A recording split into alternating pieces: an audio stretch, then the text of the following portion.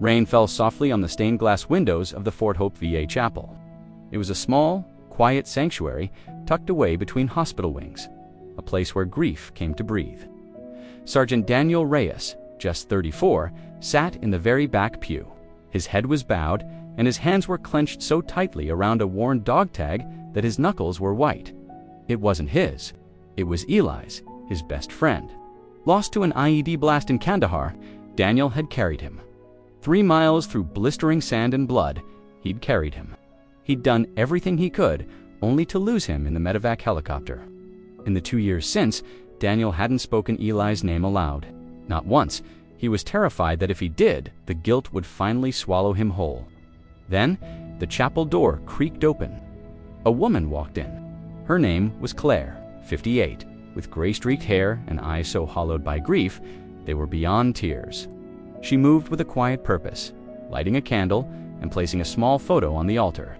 It was a picture of Eli in his uniform, grinning, that infectious grin, and then she knelt. Daniel froze. His heart hammered against his ribs. He knew her instantly. It was Eli's mother. He had to get out.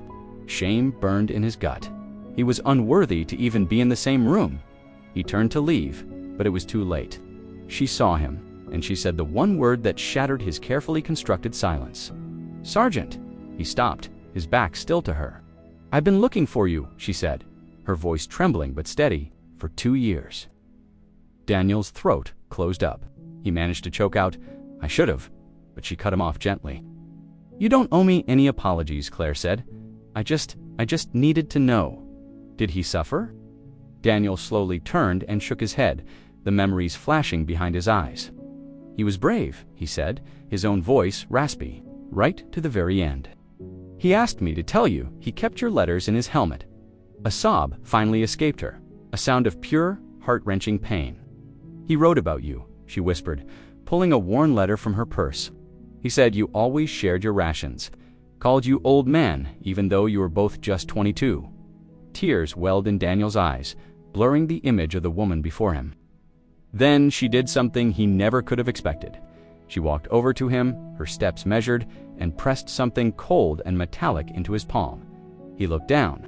It was a second dog tag, his own, engraved with his name, D. Reyes, to NDBN Semper Fi. "I found it in Eli's pocket," she said softly. "He kept it like a good luck charm." That was it. That was the moment Daniel broke.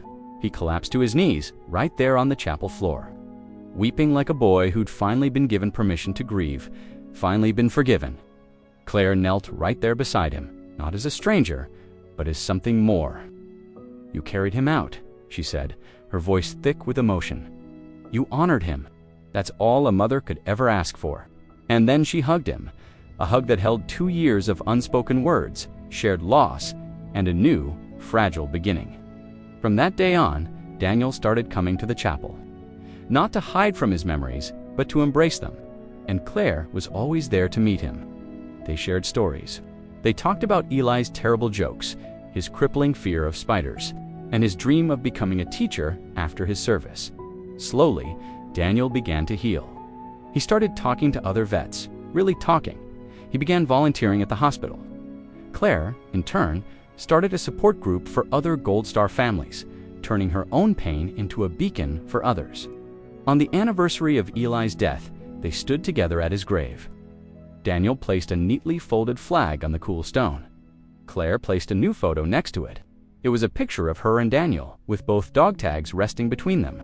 She looked at the headstone and said, "No son of mine is ever forgotten, and no brother either, because sometimes the families we lose leave us with new ones to hold on to." In that quiet, sacred space between grief and grace, love doesn't wait for an invitation. It just shows up and quietly, powerfully says your name. Thank you for listening.